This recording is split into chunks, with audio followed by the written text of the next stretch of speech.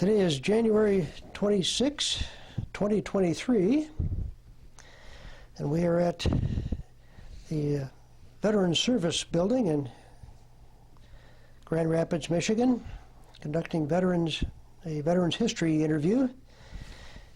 And I'm talking with Greg Walter Ciminski, C-I-M-I-N-S-K-I.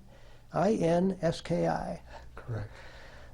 Who was born April 28, 1948. And he was a U.S. Navy veteran who served during the Vietnam War.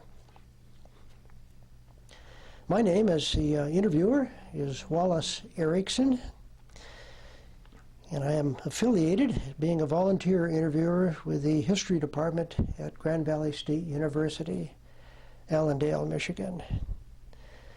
It is the History Department at Grand Valley State University that is connected with the Library of Congress Veterans History Project. Rick, let me ask you, what is your full name and your date of birth?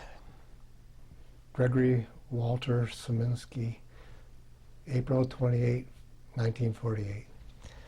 Thank you. Now, were you drafted or enlisted in the U.S. Navy? I enlisted. The nuns at West Catholic told me I didn't have the grades to go on to college, so they said to think about what I had to do after graduation. And so right away the light went on and I didn't want to get drafted. I see. I joined the Navy my senior year. Where were you attending high school then? West Catholic. In Grand Rapids, Michigan? Right in Grand Rapids. Yeah. So this is your hometown, is that right? Grand Rapids? Yeah, born and raised in Grand Rapids. How many brothers and sisters did you have? I have one brother that's older than me and two sisters that were younger than me. I see. So. Now I understand your father served in My dad World served War in, yeah, my dad served in World War II. He enlisted on December 11th, 1941, into the Marine Corps. He went to Parris Island for his training and waited till his time to go. So. Did he wind up in the Pacific War? Yeah, he went to Okinawa. And what was his military specialty? You remember? no, I know he was a PFC, but I don't know what his specialty. Rifleman or? No, he got kind of drafted as a corpsman when in Okinawa, but that was just to give the shots and whatever. He did the morphine and the stuff like that to ease the pain over there. But he said very little of what, and he didn't talk much about Okinawa. Yeah. Did you enter the Navy then right after high school? Right after high school. When I graduated that very week, I got my draft notice to go down to Detroit for my physical. So I ran down to the recruiting office and said, hey, the Army is going to draft me. And they said, don't worry, let the Army pay for your physical, and if you pass your physical, you'll be in the Navy. So I went through the Army physical down in Detroit, and then after I got back, I got 1A. I'm like, okay, but... Did you sign up, though, for the Navy before going for your physical or afterwards? I signed up in high school. Oh, I see. I signed up. The Navy said, after I graduated, because at that time the Navy was taking people that graduated from high school because they could be kind of picky. Mm-hmm. So after I graduated, I'd be in the Navy. But then for the draft physical, I went down there, and yes, I passed, but I shouldn't have passed because I had a heart murmur all my life. And so at the physical, at the very end, they ask anybody that's got flat feet or a heart murmur to step out of line. So I stepped out of line, and 3 or 4 people came over and listened to me. They told me to get back in line. So then So then it wasn't couldn't a hear week, it, huh? it wasn't a week later that I had 1A. So I'm like, okay. So when I went for my Navy physical, I didn't have to take the physical. So I waited around all day to get sworn in. So they swore me in, and then when I got to boot camp, they found out I had a heart murmur. But they didn't say nothing. So you were sworn in when you were taking the physical in Detroit. In Detroit? Yeah, they take you downstairs to a room that they swear you in Detroit. Then they loaded us on a bus. There was 25 of us from Grand Rapids. They loaded us on a bus to Great Lakes. So they drove us over to Great Just Lakes. north of Chicago, is that Yeah, right? and then, Illinois. Then we got there, and it was before midnight, so they could give us our uniforms because it was before midnight. If it was after midnight, they would have just made us go to a barracks and go to sleep. But they gave us our uniforms in our sea bags and stuff, and we're like, okay. What were your first days like then in basic training at Great Lakes, Illinois? Great Lakes. Well, we didn't have quite enough to make a company, so we had to wait around a few days. But during the few days, they did the haircut and all this other.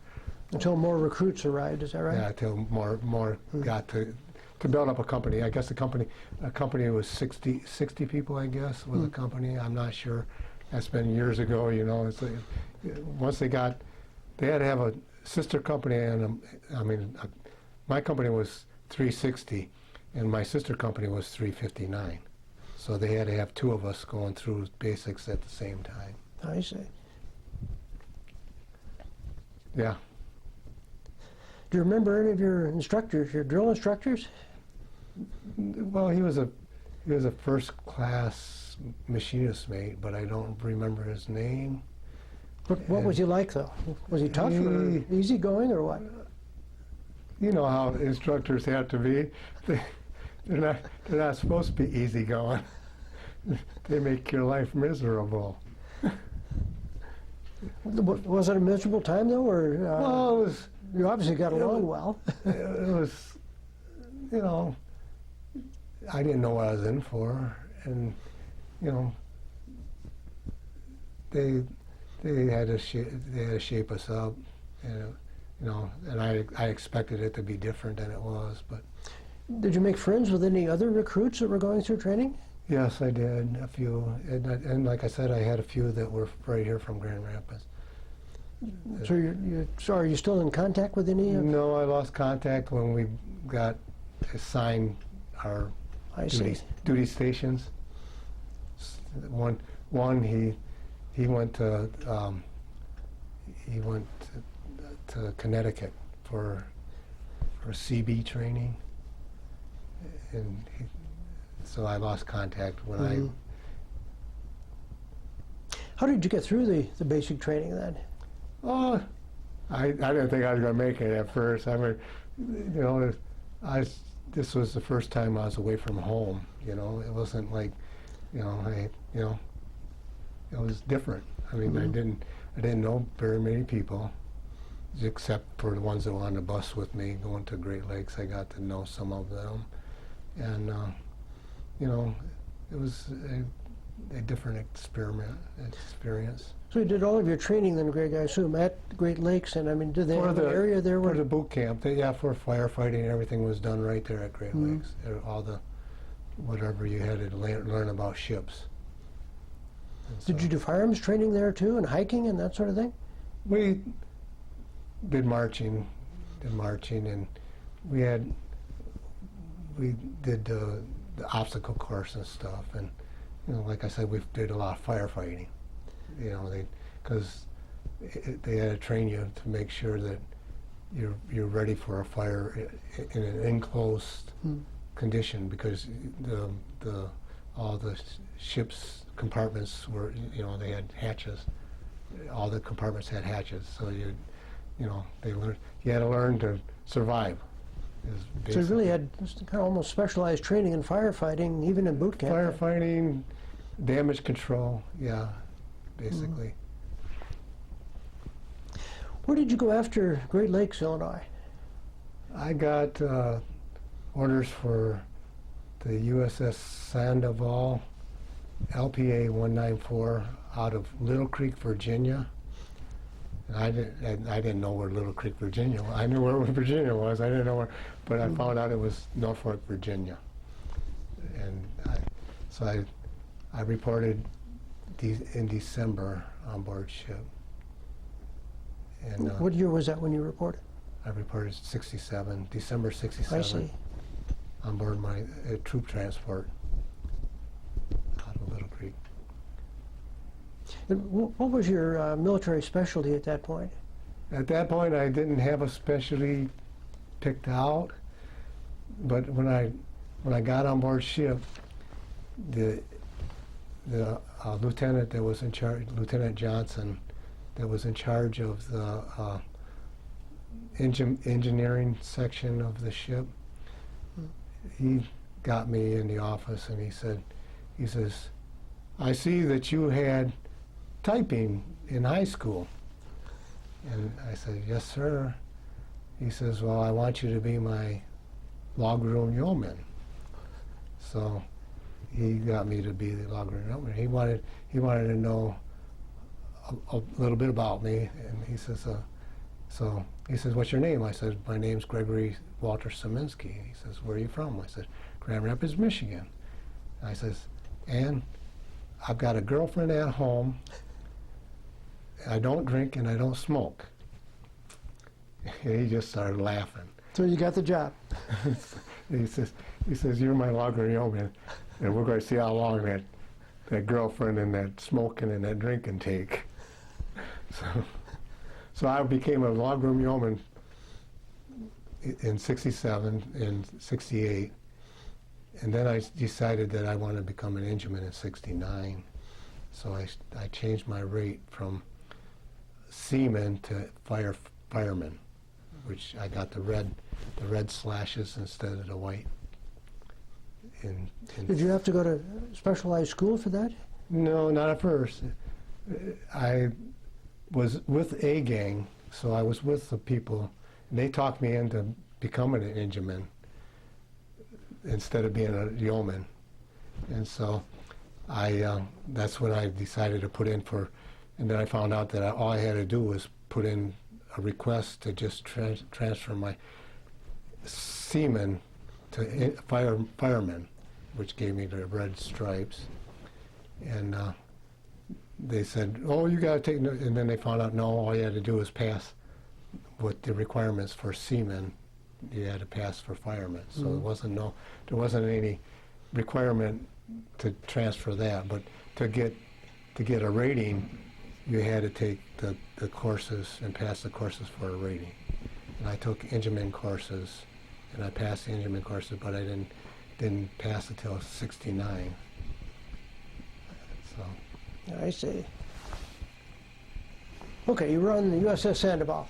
Okay, yes. It was out of Little Creek, and my first cruise was down, well, we went down to Camp LeJeune, picked up the Marines, and we took the Marines down to Cuba.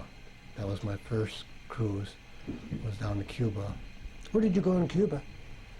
We took the Marines that graduated from boot camp down to Cuba so they could get to the naval base at Guantanamo Bay? Yeah, Guantanamo Bay. The Marines would go down there for training for Vietnam because the weather down there was almost same as Vietnam.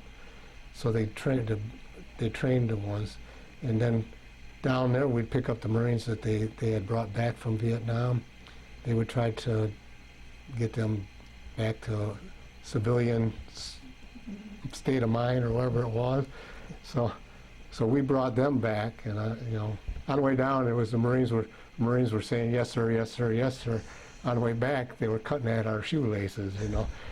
They were just like, don't bother me. I would serve my time in Vietnam. And they're a little bit salty, would you say? Yeah, a little bit angry too. It was like, okay, well, I don't have to put up with none of this nonsense. Did you do any other cruises on the Sandoval? Yeah, we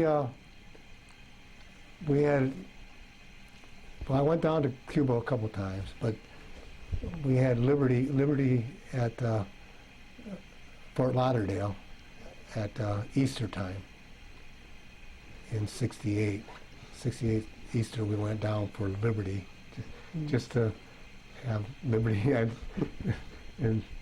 But then in '68, we also went to Puerto Rico to the base down there was being threatened to be overtaken by somebody down in Puerto Rico. The Puerto Ricans were going to take over the base down there, so we had to pick the Marines up at Camp LeJeune, and we landed them on Puerto Rico to the base, because the base was right there out on the ocean side, and we landed Marines to to get more Marines there. It reinforced the base down there. But then we came back, and in '68 we went to the Canary Islands because we were attached to Apollo 8. They gave us certificates that we were part of Apollo 8. We had to go near the Canary Islands just in case they had to abort the mission and it landed in the ocean. They had us waiting for just in case. And so then we came back. Did you go to the Mediterranean at all? Yeah, in '69 we went to the Mediterranean. March of '69 we went to the Mediterranean. We had to pick up the Marines down at Camp LeJeune, and then take them over. Did you go into any ports in the Mediterranean? Yeah, first to turn over the fleet, we turned over in Spain. We relieved a fleet. Then we went into the Mediterranean. We dropped the Marines off. I don't know where we landed them. We were supposed to, on my birthday, it was going to be my first beach landing on my birthday, April 28th.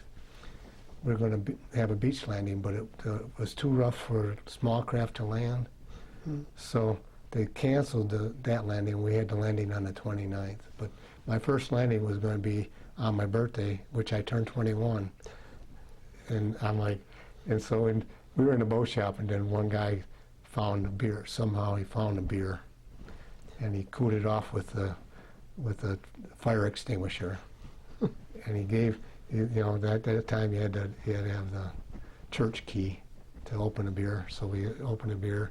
I drank, and then it went around, and by the time it got back to me, it was empty. So my first beer at 21 was only a drink out of the can. But we didn't have the landing, and then the next day we had the landing. And once we got the Marines off the ship, we went to Liberty Port. But you didn't do the landing yourself. You stayed on the ship? No. I was in a small boat. Oh. Okay. One of them landing one.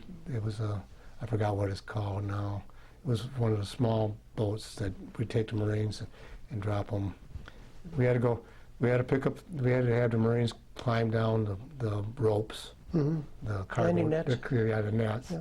They climb down and get into the boat, and then we'd take them. Well, we go circle. We always had a circle before we landed. Forever.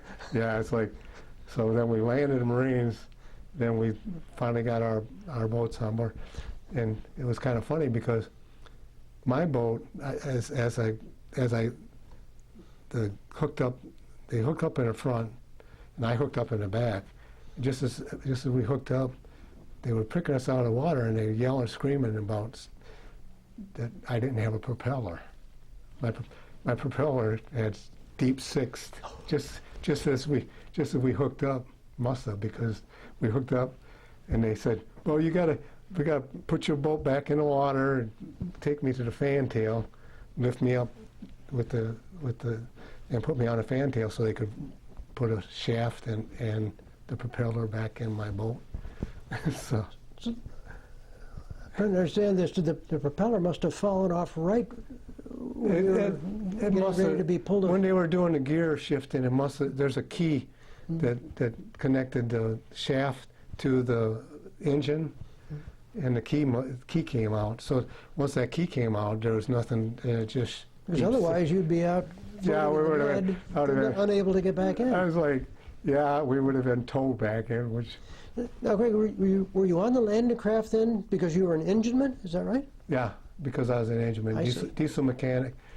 Well, I was training for. I wasn't quite yet. I didn't take the test. I had taken the courses. I didn't take the test till we were in the Mediterranean when I took the test for engineman, and I passed it in the Mediterranean. I passed the test.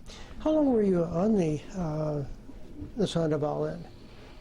I was on the Sandoval from 67 to 60. Well, we decommissioned her. We started decommissioning her in September of 69, but I was attached to the final people to preserve the ship. So I was attached till 70, January 70, somewhere around there. I see. And then where did you go after that? I went to, well, I got orders for Vietnam then, and I had to go to Coronado Island for survival training. In San Diego? In San Diego, yeah. Coronado.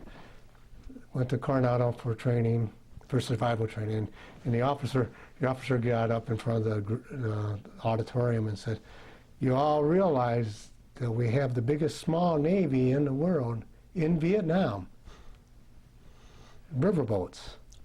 And each riverboat takes a bosun's mate, a gunner's mate, let's see, there was another, it was gunner's mate, engineman was the last one they said, and I'm like, I took the rating in engineman, so here I'm like, it was like, okay, I'm going to, so then at Coronado, then to part of our survival training, we went up to Pendleton for munitions and survival training. So we learned weapons training in Pendleton. So we were in Pendleton, and every day we'd get up for breakfast. We go to the mess hall, and the only Marines we seen at Pendleton were the ones serving us. So finally, we were there for over a week, and we were like, so finally we said, where are all the Marines? Because this is a Marine base. They said, well, all the Marines have their breakfast way before you guys ever get up. They're in and out of here before you even get up. So we have to wait for you guys to get it done so we can clean up. It's like, okay, you know how the conflict between the Navy and the Marines are. Right. How long were you there then at Coronado and Camp Pendleton then? It was a month. Then did you go directly to Vietnam, or? Yeah, no. I went up to, I had a week off, so I came home for a week, but they sent me up to Mare Island, which is up on the Oakland side of San Francisco, and for riverboat maintenance and repair. I went there, so I graduated from riverboat maintenance and repair, and as we were taking the classes and learning all about how to repair and help, if we got shot, how to plug holes on the boat and everything else, they kept on telling us, they're talking of not having us go to Vietnam. The last couple of weeks of training, they were like, they don't know if they're going to send you guys to Vietnam or not. So when we graduated, they gave out us our certificates that we graduated from riverboat maintenance repair, and right behind them giving us the certificates that we passed the course, the guy came and gave us our certificates to go to Vietnam, that we had to get on a plane from San Francisco, go down to Traverse Air Force Base. Travis Air Force Base, yes. Yeah. Yep. So that was down by Los Angeles. So we had to fly down from San Francisco that day. We flew down to Los Angeles, got a bus out to Traverse Air Force Base, boarded a plane at Traverse Air Force Base, flew back up to the Army base up there on the Oakland side, near Mare Island. But see, what they did, it was a commercial plane. It wasn't. It was like United. It wasn't United, but I don't know what it was at that time.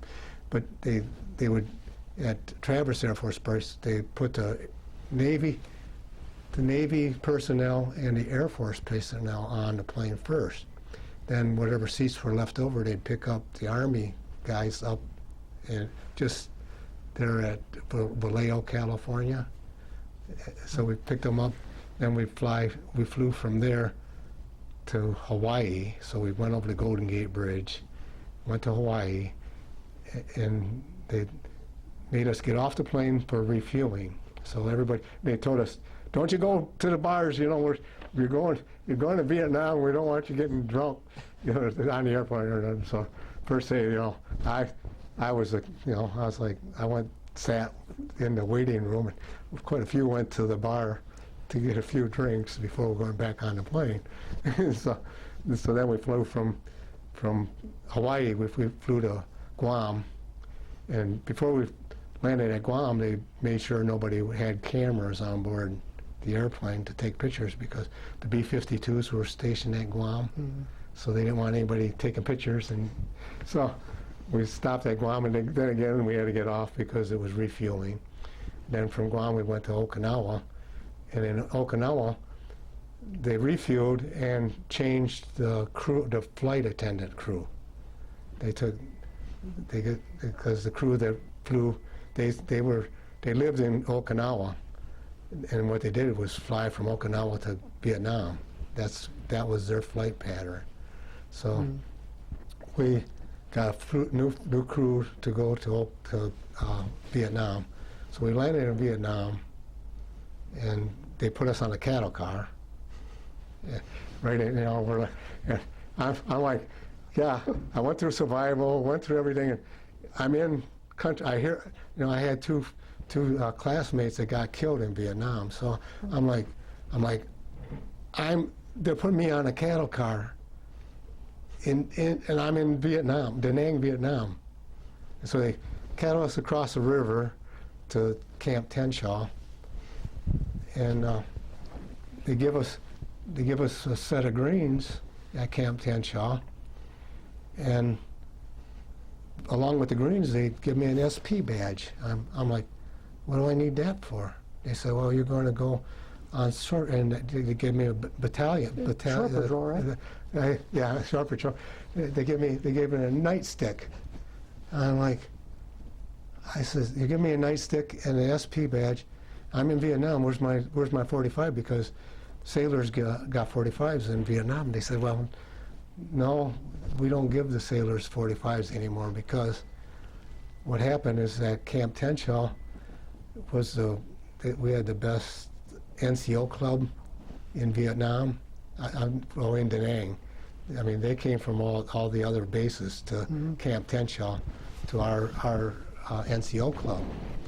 They said, but the sailors would get drunk up, and then they'd go out in the street and see who could draw the fastest.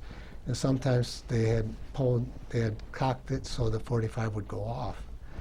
They never shot anybody, but once a weapon went off on base, the sirens go off, and everybody on base runs around with their heads chopped off. So they said they quit giving sailors 45s. How long did you stay on short patrol then, Greg? One night. I found out that it was to ride the cattle car from the NCO club, take the drunks back to all their bases. And just as we got off the base, the Marines were going to throw me off the cattle car. They said, well, this is sailor, we're going to throw you off this.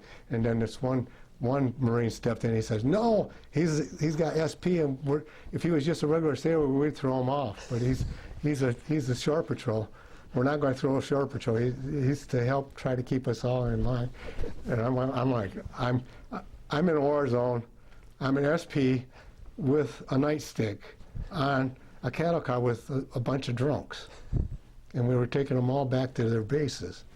So I was, I'm like, oh no. And your base again was Camp Tenshaw, is that right? Camp Tenshaw. Where was that located? At the base of Monkey Mountain, you said? We were at the base of Monkey Mountain. We had Monkey Mountain overlooking us, and just past Monkey Mountain was the deep water piers. That's where the big ships would come in. They wouldn't come into the river. We were riverfront. All our shops were riverfront shops. So. When did you arrive in Vietnam? Do you remember what month, what year? June 70. I don't know exactly what date. That's June. fine. June 70. June 70. And yeah. Now, being an engineman then, a repairman, then you worked in the shops along the river. Is that right? We had an engine shop, and we had a shop that the bosun's mates would work on the boats in the shop, and there was different shops. I think we had 3 shops there, and ours was that we'd take the diesel engines out of the riverboats, we'd hoist them up and bring them into the shop and tear them down. We'd tear the engines down and redo them in the shop. But the officer put me into the injector shop. We build injectors we rebuild injectors in the injector shop. And the injector shop was air conditioned. It was the only air conditioned besides the officers, besides the lieutenant's office. It was the only other place that was air conditioned because they had to keep it climate control for the parts of the injectors. They had to keep it.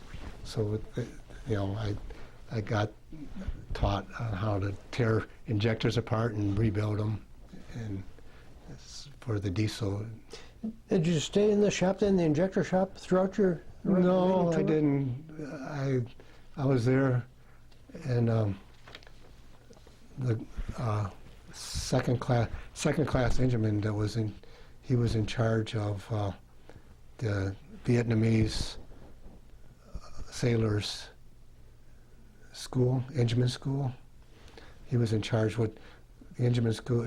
I had to take his place. They put me in charge of the Vietnamese sailors engineman school. Mm-hmm. But I had civilians that I had to check in that taught the Vietnamese sailors how to tear down diesel engines, how to fix them, how to repair them, how to do. What I did was I kept records of them coming into their base and their time because they got paid by the U.S. The civilians got paid by the U.S.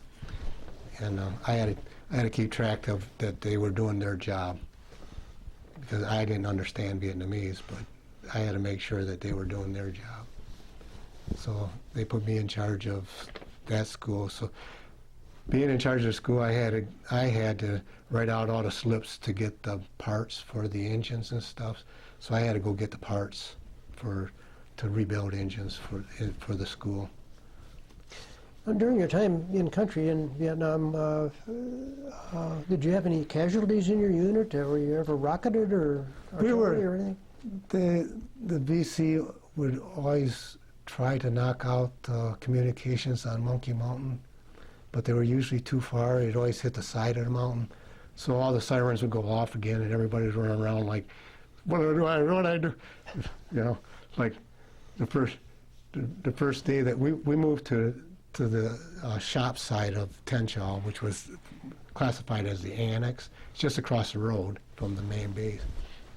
And the first rocket that hit the side of the mountain, the sirens went off, and I get out of my bunk, and I'm running towards the bunker, and a guy grabs me by the back of he says, "Don't go in that bunker.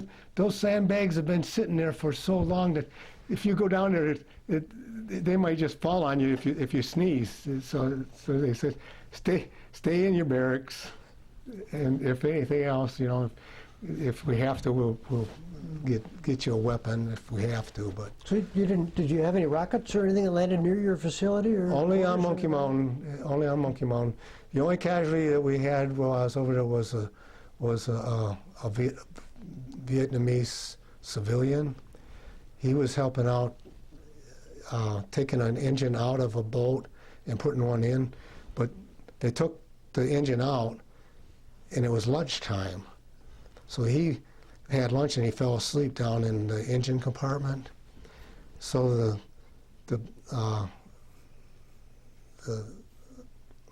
I forgot what they were. Oh, the CB that was in charge of the lift went to drop the engine in the back of the boat, and a chain broke, and the guy was down there, and the engine landed on him, because he was sleeping down there.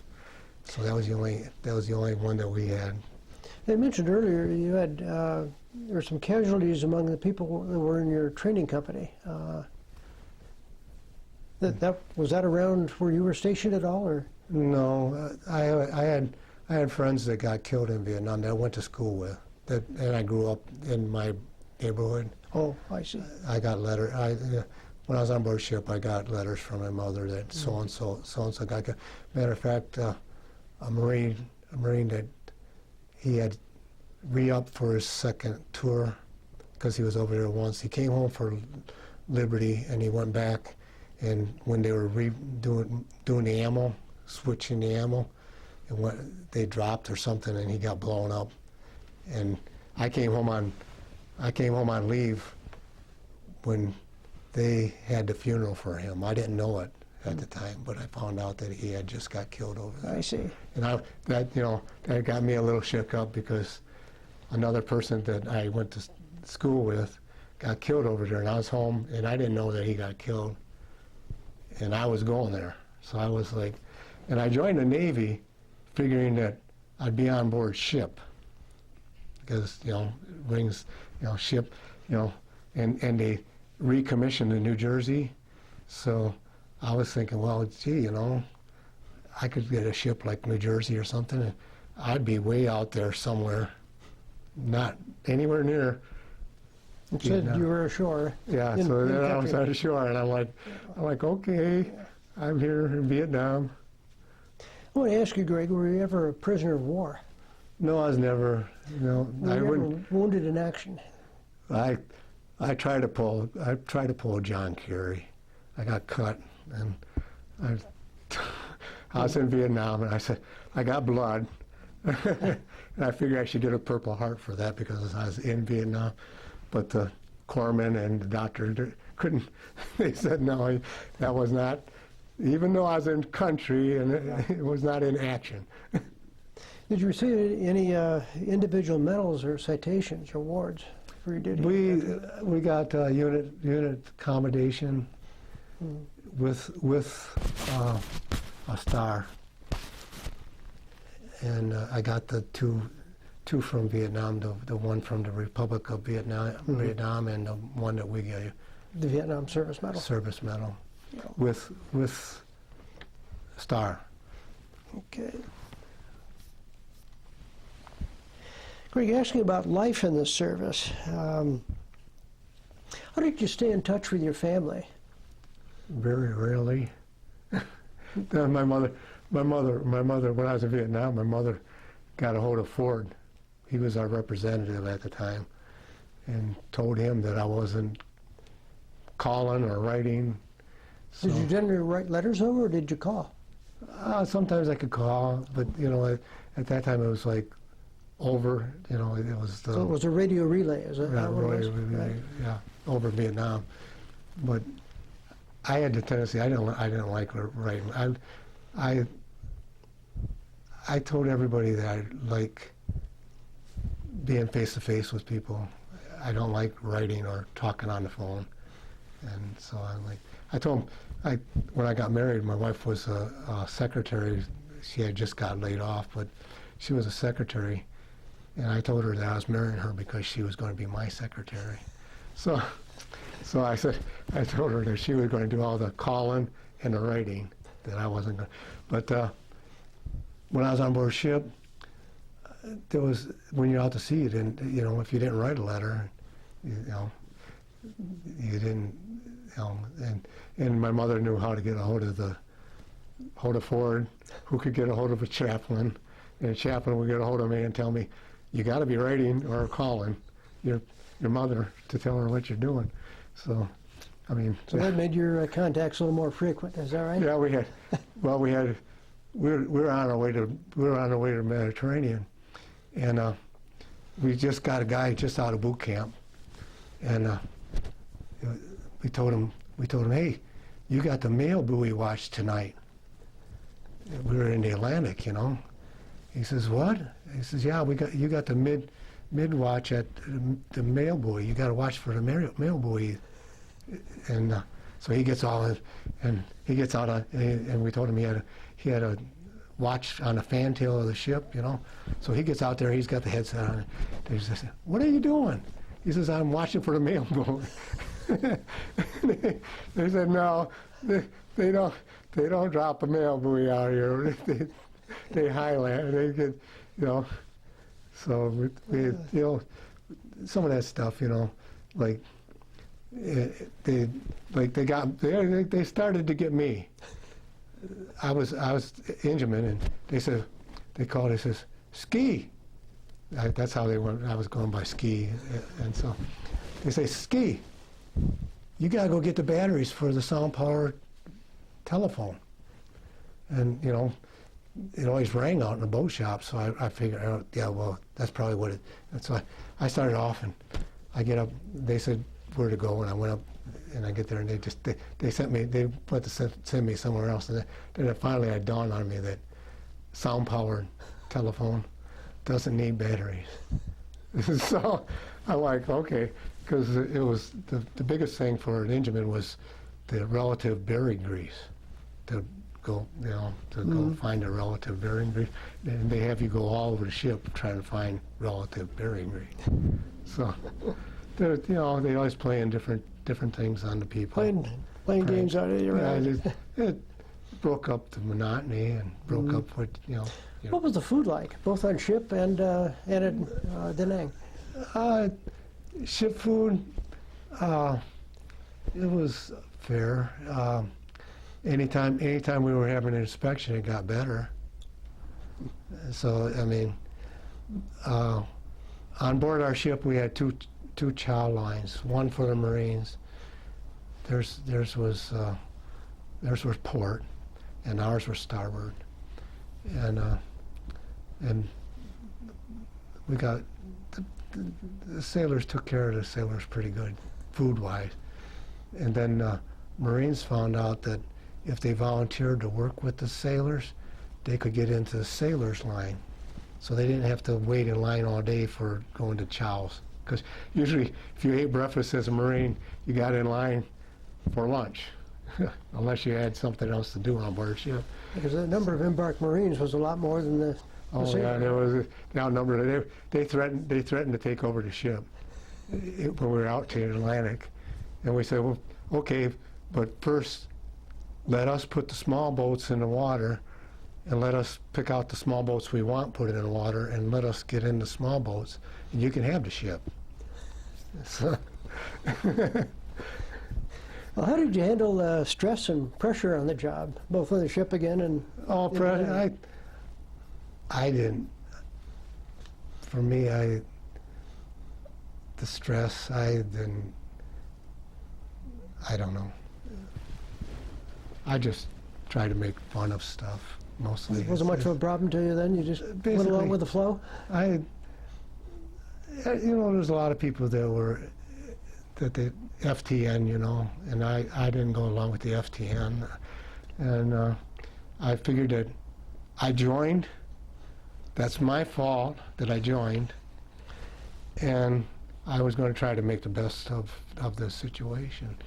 And you know, if you found something that you could do to liven things up, you found stuff to do to liven things up.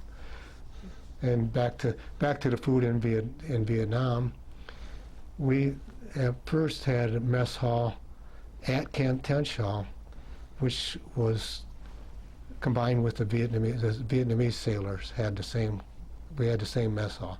So basically, I mean, we had food that, you know, that they cooked for them, and they went through the same chow line that we did, but Well, most of us didn't take there because we didn't know what they were fixing them. But when they moved us from Tenshaw to the annex, they gave us barracks in the annex and a small NCO club, and then they gave us a small mess hall. And Zumwalt came out with that every Wednesday you had to have a special meal, every Wednesday. And with that meal, you had to serve wine with the meal, with the supper. So we got a special meal on Wednesday. So we look forward to going to the mess hall on Wednesday.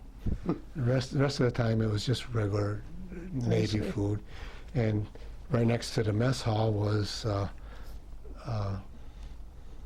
burger place, hot dog place, or whatever, one that you could order, a hamburger or whatever, fries and stuff next door. So, did you have entertainers that came into? Yeah, we had entertainers. That's why Camp Tenshaw had the best NCO club, because they had a band there every night. But most of the time it was a Vietnamese band. They tried to sing, they had that broken English, rolling on a river, stuff like that. But that's why our base was. That's why the people came to our base, because we had the entertainment and the biggest NCO club. So they had, and then our small NCO club got entertainment on certain days. On certain days we had movies at the NCO club. Mm-hmm. And at that time they weren't allowing the Green Beret to be shown or Woodstock.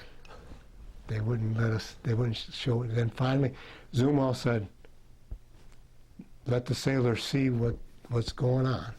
So we got to see Woodstock when I was over in Vietnam, the movie. So. What did you think of the officers that you served with, and even your fellow sailors that you served with? A lot of them were good. There was a few, that you always had to. The Lieutenant Johnson, he was a maverick. He World War II, he went through the line. He went through as enlisted and went up. Former enlisted, then, right? Yeah, went from the enlisted, went to officer. He was very good with me. I ended up in sick bay a few times, and the doctor kept on thinking it was him pressuring me, but I had a heart murmur, and the Navy didn't want to acknowledge the heart murmur, because they goofed on the when I went for my physicals. The draft physical, they couldn't find it. When I stepped out of line, they couldn't find a heart murmur. When I went to boot camp, they found it, but they didn't want to. They kind of like, he's in the Navy. And they couldn't figure out how I got past the Navy physical with a heart murmur. So they left me be. So they knew, the medical officer figured that my lieutenant was getting me worked up, and I was having a hard time breathing and stuff. And so he put me in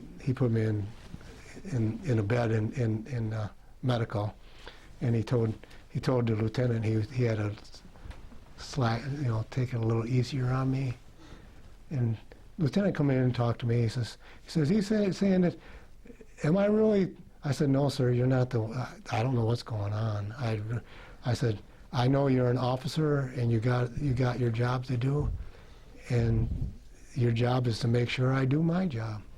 So that's I see. But so Vietnam was the end of your active duty. Yeah, they tried to get me to re-enlist in Vietnam, and they called me over to the office because I was, they said, well, if you re-enlist over here, it's $10,000 tax-free, and okay, and they said, well, you're up. You just missed. I just missed the next rate by a couple questions on the questionnaire. They said, we'll give you your next rate. along with the $10,000. And so I said, I don't know. I thought, okay. I went back to the Vietnamese school, and all of a sudden the yeoman comes over to me and says, "Officer so-and-so wants to see you over at personnel." I said, I'd seen him just, he's found something else. So I get over there. And he says, "Sit down, Ski." And I said, "Okay, sir." He says, you ship over $10,000 tax-free here in Vietnam. The next rate, you'll be an EN, engineman second class, EN2.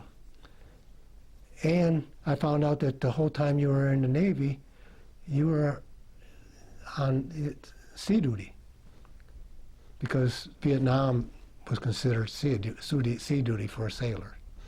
So, I mean, that you got the sea duty and the combat pay, so you got extra over there. So he says, "I can guarantee you shore duty if you ship over." I said, "Sir, I look at it this way. I've been here in Da Nang, Vietnam, almost 11 months. It was 11 months now." I said, "It was shore duty the whole time I was here." I said, "Where would you be guaranteeing me to be shore duty?" I said, "Greenland or somewhere like that?" I said, "I don't." I said, "No, I ain't shipping over." I said, "I ain't going to take the chance of." He says, "But you," I said, "Yes, sir, I know what you're saying, but I want to get out because I was in Vietnam and I was ready to." And they cut me out. They cut me out a month early because they went to advisor status. And that advisor status, they gave you a beanie to wear, because we were transferring all our boats over to the Army and the Vietnamese sailors. And so they said, "Well, we're going to change it to advisor status." So under the advisor status, we get a green beret, and they give us a rope, because to denote that you're an advisor. It's like, okay. And they said under the advisor status, they had to get you out of country 2 weekends out of the month. They had to take you to Okinawa or fly you to Guam or somewhere for 2 weekends out of the month, and you got advisor status. And so they decided that they didn't want to do all of us about. Where were you when your active duty ended then, when you were released from active duty?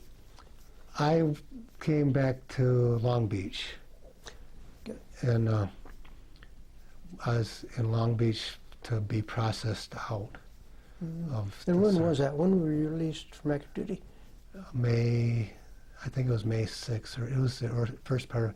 My birthday is April 28th, and I left Vietnam on the 30th of April. But the VC hit the air supply in Da Nang. It was burning from just before 27th of April. They hit it. It was burning on my birthday.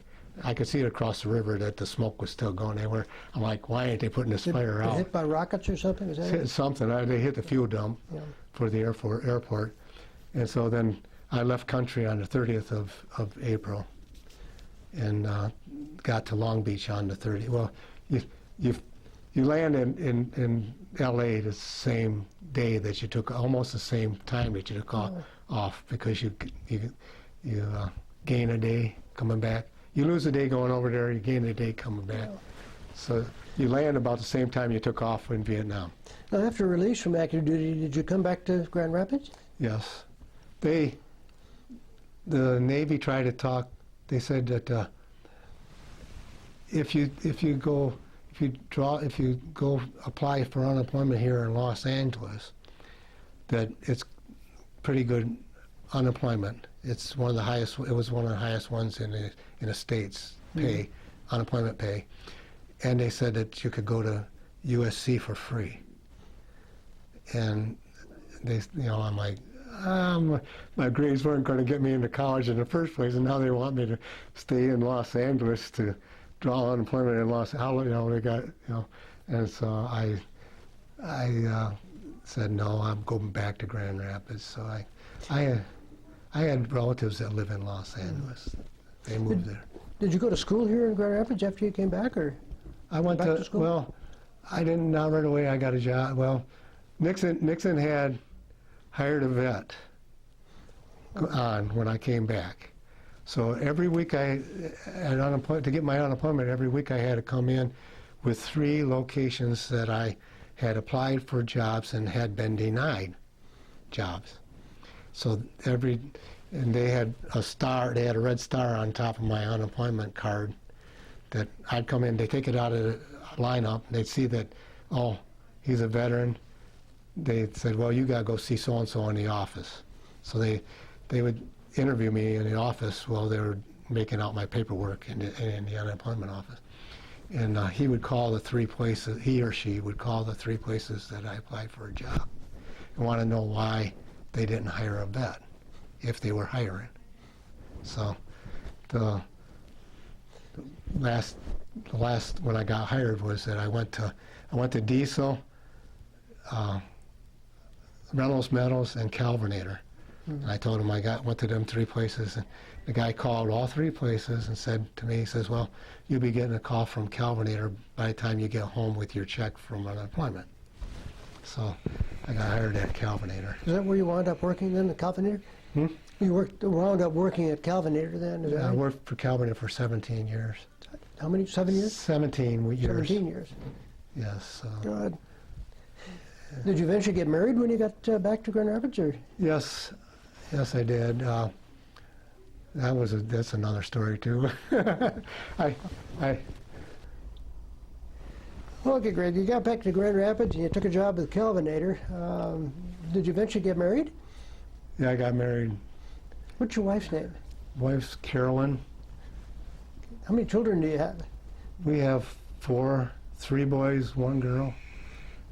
We kept on telling our daughter she's our favorite daughter until she got into 2nd grade and she told the teacher that I'm my parents' favorite daughter. And the teacher said, you better go home and find out about that. Then she came home and found out that she was our only daughter. So that's been our teasing. What are the names of your children?